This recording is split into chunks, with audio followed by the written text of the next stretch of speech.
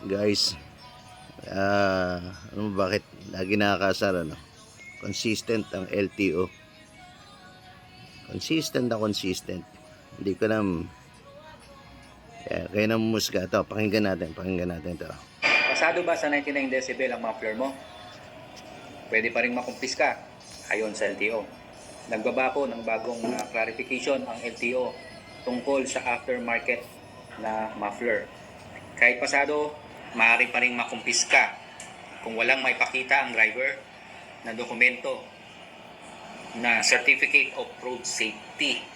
Nulit ko, Certificate of Road Safety na in-issue ng manufacturers or assemblers na nagpapatunay na ito ay sumusunod sa LTO regulation at applicable sa Philippine National Standards.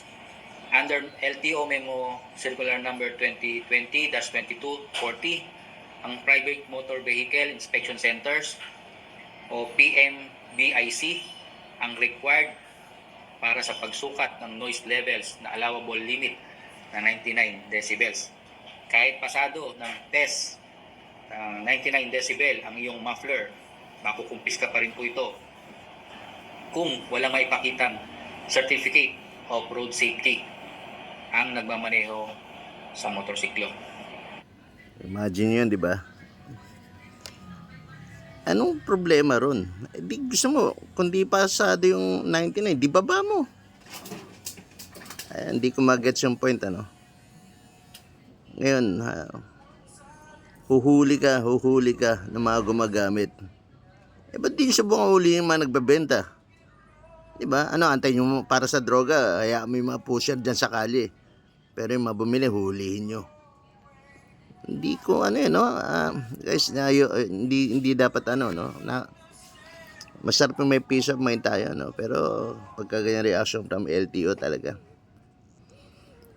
Ewan ko ba? Sumobra talino ng mga taga-LTO. Kayo na musga. Kahit pasado, sarado nila yung MBIS, di ba? Kung ganoon din pala, wala rin palang silbi. Nagbabayad tayo ron. Tapos wala rin silbi. Okay, bahala sila.